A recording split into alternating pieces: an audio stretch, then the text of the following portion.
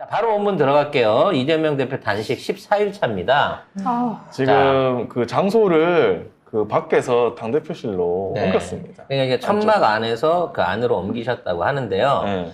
일단 우리 이재명 대표님 근황을 옆에서 같이 이 자리를 지키고 계신 서은숙 최고위원 연결해가지고 직접 현장의 목소리들을 좀 들어보도록 하겠습니다. 자, 이렇게 갑자기 전화를 걸어도 됩니까? 괜찮아, 우리 빨대잖아요. 네, 아무 때나 편하게. 여보세요? 여보세요? 아, 나 혼선된 것 같은데 옆에 누구 계신가요? 아, 아니에요. 여기 국회 앞에 네. 누가 시위를 하고 계셔가지고. 아닌데 네. 괜찮아요. 네네. 네. 자, 우리 서 의원님은 동조 단식은 푸셨고, 네. 네, 어디 대표님 단식이 벌써 14일째를 넘어가고 있는데, 네. 네, 지금 동정에 대해서 좀 직접 듣고 싶어서 전화를 드렸어요. 네. 오늘 지금 뭐 서울에 비도 오고 있고. 네. 그리고 대표님이 체력 손실이 많으셔서. 네. 오늘부터는 대표실로 농성장을 옮기셨습니다. 또 저쪽 기레기들이 아이 또 뭐 공개 안 한다, 뭐 숨어서 밀실 단식한다 이런 식으로 또 써댈 것 같은데, 이미 썼어요. 네. 네. 뭐 오늘 아침에- 어떤 식으로 운영을 하시는 건가요? 오늘 아침에 10시 반에 일단 기자들 다 대동한 상태에서 그 단식장은 공개를 했고요. 저희도 오늘 대표님 10시 반에 찾아뵙고 건강 어떠신지도 살펴보고 네. 그리고 하루에 규칙적으로 시간을 두고 네. 단식장에서 뭐 라이브나 공개는 할 예정이고요. 네. 네, 지금은 중요한 게 어쨌든 대표님의 건강을 최대한 지키고 체력을 보존하는 게 중요하기 때문에 뭐 부득이하게 그리고 서울에 지금 오늘부터 나흘간 비가 계속 온다고 해요. 네네. 그래서 지금 저 바깥 단식장에 있는 것은 너무 힘들어서 그렇게 옮겼고요. 뭐 오늘 저희들 만나서는 말씀도 나누시고 네. 손도 잡으시고 하셔서 네 너무 마음이 아픕니다. 슬픈.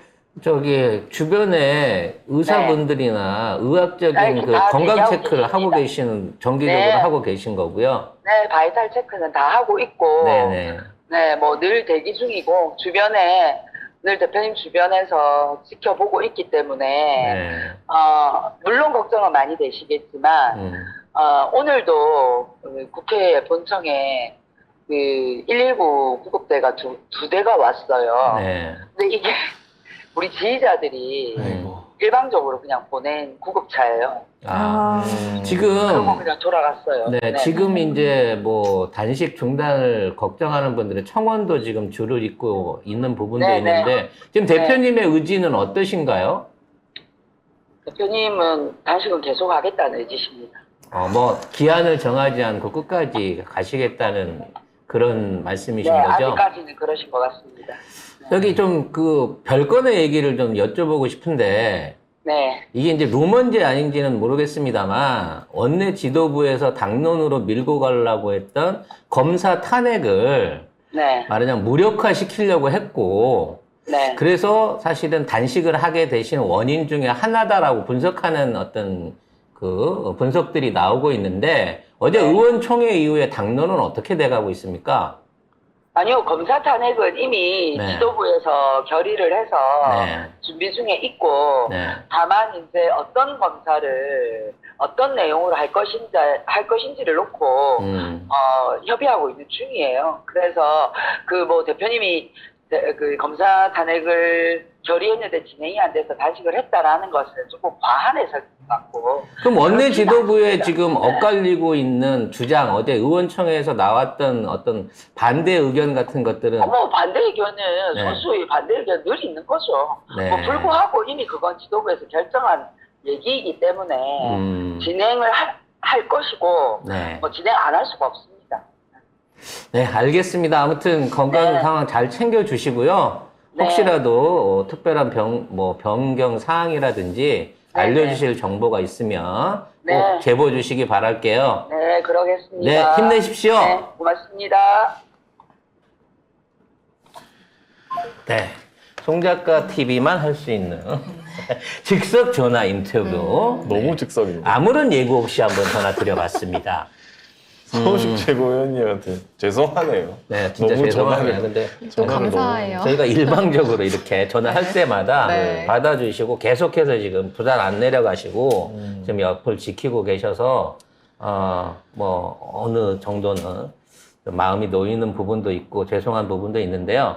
아무튼 건강 상태는 지금 최악의 상황이긴 하지만 아직까지는 이거를 끝까지 관철하겠다라는 그 의지를 갖고 계신 거기 때문에 우리가 빨리 결과를 내놔야, 민주당이 빨리 결과를 내놔야 지금 어떤 형태로든지 단식을 멈출 수 있는 명분이 생긴다는 면에서 여러분들이 지지를 더 많이 모아 주셔야 될 것 같아요. 일부에서 이제 단식 중단에 대한 청원을 하고 계신 분들이 많습니다만 저는 이제 제가 개인적인 생각입니다만 지금 아무런 없는 거 없이 지금 상태에서 단식이 멈추게 되면 오히려 저쪽한테 빌미를 줄 뿐인 거고 어떠한 결과를 저쪽이 이끌어낼 때까지는 또는 민주당 안에서 단합된 모습으로 기존에 있는 국정조사라든지 특검에 대한 발의를 끝내지 못한 상태에서 이걸 멈춘다고 하면 이건 말대로 쟤네들 주장하는 대로 방탄단식이라는 비아냥을 받을 수밖에 없는 굉장히 지금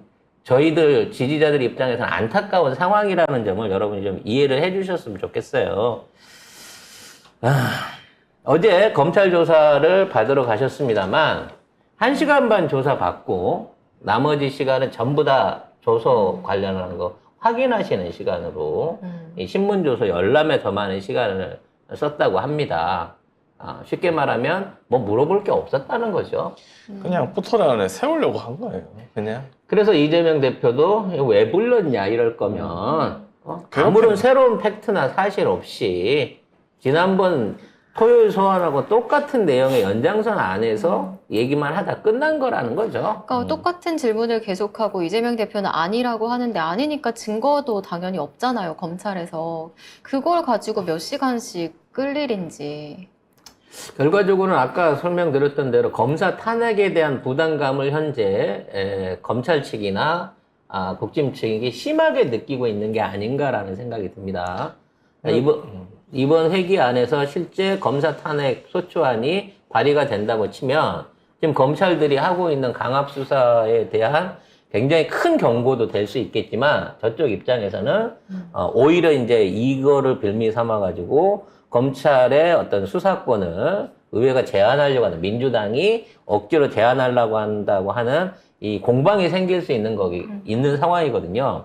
그래서 이거를 대상을 누구로 할 것이며 몇 명을 할 것인가 라는 부분에서 지금 내부적 의견이 알력이 있는 겁니다. 아예 하지 말자는 이걸 걱정해갖고 아예 하지 말라는 이 박강원 같은 경우는 말 그대로 배신 짓거리나 똑같은 거지만 신중을 기해서 검사를 선정해야 된다. 예를 들어 지금 박복규나 이런 지금 이재명 대표를 직접 수사하고 있는 인물들을 탄핵을 하게 됐을 때는 오히려 이게 역풍이 불 수 있다라는 그런 점 때문에 선정 과정을 조심하고 있는 거거든요. 근데 하지만 저는 같이 해야 된다고 봅니다. 특히 대장동에서 아무런 결과를 못 만들어냈던 검사들 같은 경우에는 그 검사에 대한 책임을 져야죠. 할 수 있는 건 다 해야지. 2,000명이 넘는 국가 공권력을 이용해가지고 그 많은 압수수색과 1년이 넘는 시간을 뒤져가지고 아무 결과를 못 내놨는데 그래 잘했어 이제 그냥 네 자리로 돌아가 이러고 끝내서는 안 된다는 거예요.